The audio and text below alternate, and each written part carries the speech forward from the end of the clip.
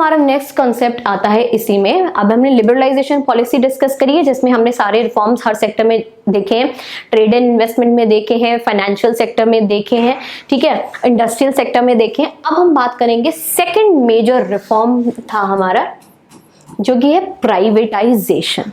Privatisation, देखो नाम से ही आपको समझ आ रहा है कि किसी चीज को प्राइवेट कर देना, मतलब गवर्नमेंट क्या कर रहा है, ओनरशिप को चेंज कर रहा है अपनी, ठीक है। इसमें हम एक और कॉन्सेप्ट को जानेंगे जो अभी हम फर्दर लेक्चर में डिस्कस करेंगे, डिसइन्वेस्टमेंट को। पहले आप प्राइवेटाइजेशन पे ध्यान दीजिए।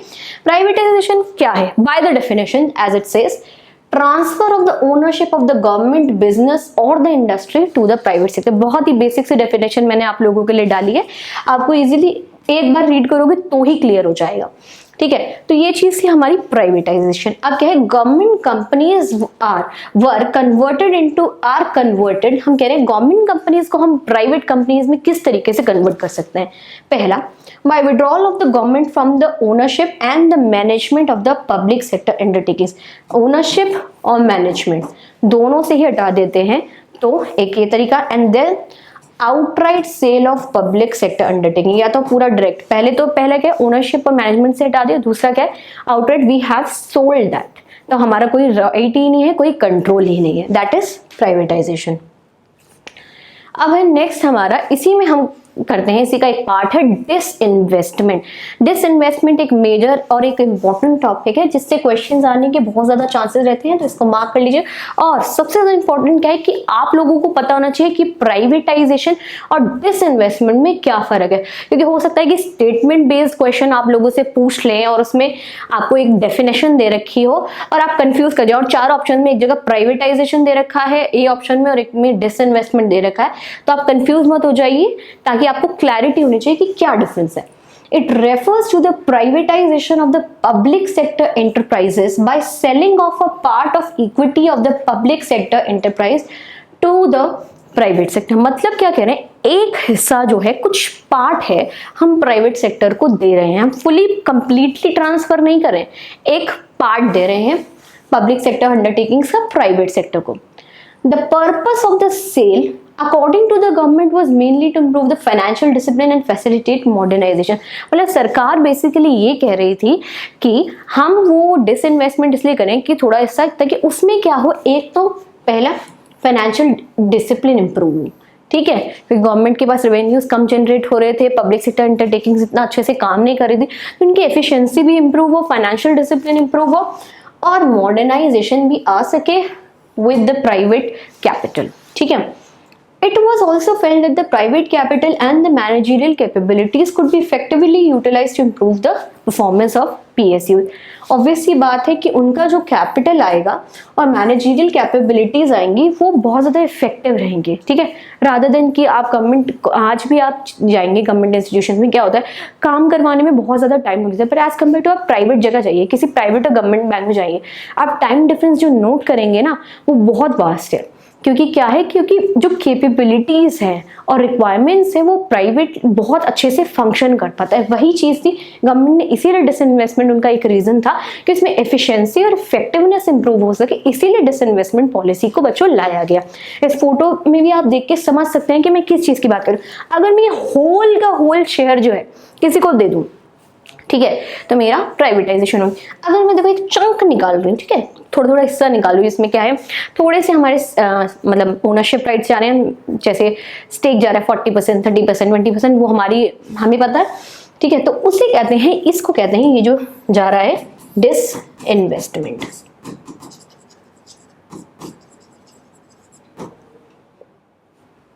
अब देखो इसमें मैंने एक डिफरेंसेस के लिए बना दिया है आपके लिए कि प्राइवेटाइजेशन और डिसइन्वेस्टमेंट में क्या डिफरेंस है।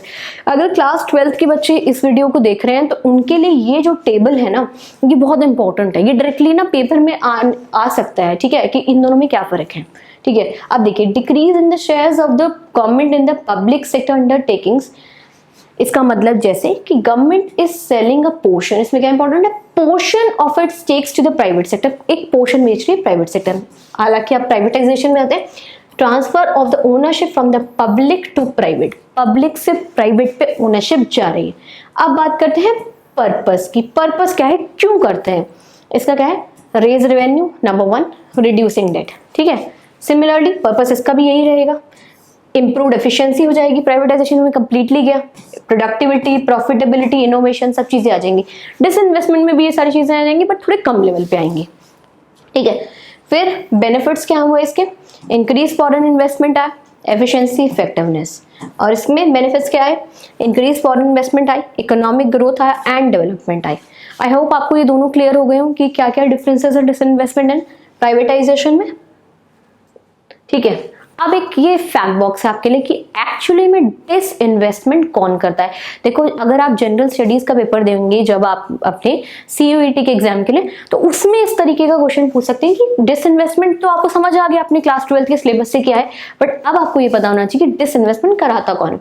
Disinvestment is undertaken by department of investment and public asset management, जिसे हम दीपम के नाम से कहते हैं, जो कि मिनिस्ट्री ऑफ फाइनेंस के अंडर है।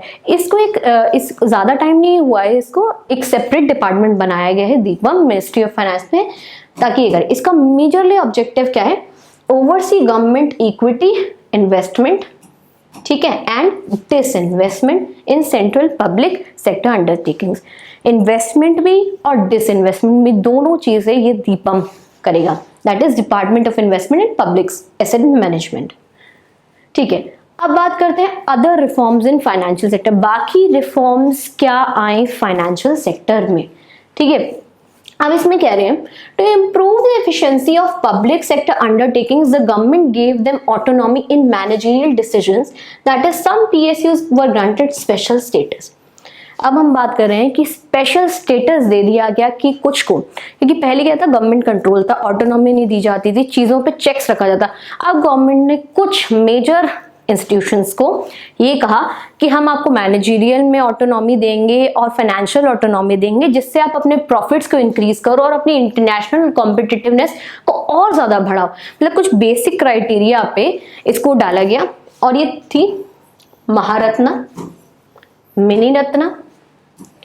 महारत्ना, नवरत्ना और मिनी रत्ना। ये 3 कैटेगरीज में गवर्नमेंट ने अपने मेजर इंडस्ट्रीज को डिवाइड कर दिया गया, PSUs को, महारत्ना, मिनी रत्ना और नवरत्ना।